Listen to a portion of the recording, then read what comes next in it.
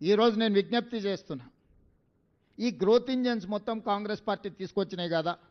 ఈరోజు ఐటీ కంపెనీలు, ఫార్మా కంపెనీలు, విద్యా సంస్థలు, మెట్రో రైలు, మెట్రో జలాలు, outer ring road, hitech city, అంతర్జాతీయ airport, knowledge park, financial district, American consulate, ఇతర దేశాలకు సంబంధించిన కౌన్సిలేట్ జనరల్స్ని హైదరాబాద్కి రప్పించి ఈ హైదరాబాదు నగరానికి అంతర్జాతీయ గుర్తింపు తీసుకొచ్చింది 2004 నుంచి 2014 సంవత్సరంలో కాదా?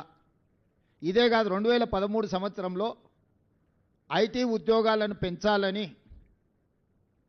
ఐటీఐఆర్ కారిడార్ను తెలంగాణ రాష్ట్రానికి మన్మోహన్ సింగ్ గారు ఇస్తే, మోడీ గారు, చంద్రశేఖరరావు గారు 2017లో ఐటీ కారిడార్ను రద్దు చేసి లక్షలాది మంది ఐటీ నిపుణుల యొక్క ఉద్యోగ ఉపాధి అవకాశాలను పోగొట్టింది కేసీఆర్, నరేంద్ర మోడీ గారు కాదా?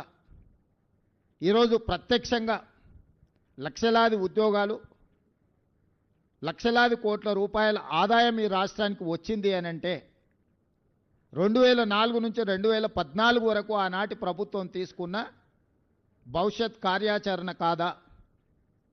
మరి 2014 నుంచి 2024 వరకు చంద్రశేఖరరావు గారు, నరేంద్ర మోడీ గారు, కిషన్ రెడ్డి గారు, కేటీఆర్, ఈ నలుగురు కలిసి హైదరాబాదు నగరంలో చేసిన అభివృద్ధి ఏదో ఒకటి చెప్పండి. వరదలు వచ్చినప్పుడు హైదరాబాదు నగరం నిండా మునిగిపోతే కేంద్రం నుంచి చిల్లి గవ్వ కూడా కిషన్ రెడ్డి గారు తీసుకురాలి కేంద్ర మంత్రిగా. సచివాలయంలో ఉన్న దేవాలయాన్ని కూలగొడితే కూడా, సచివాలయంలో ఉన్న మసీదును కేసీఆర్ కూలగొడితే కూడా, కిషన్ రెడ్డి గారు సొంత నియోజకవర్గంలో ఇంత దుర్మార్గం జరుగుతూ కూడా ప్రశ్నించలేదు.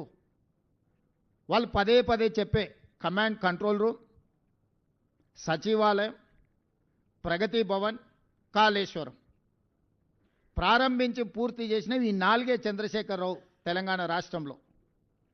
1,50,000 కోట్ల రూపాయల అంచనాలతో మొదలుపెట్టిన కాళేశ్వరం 1,02,000 కోట్ల రూపాయల బిల్లులు చెల్లించండి కాంట్రాక్టర్లు.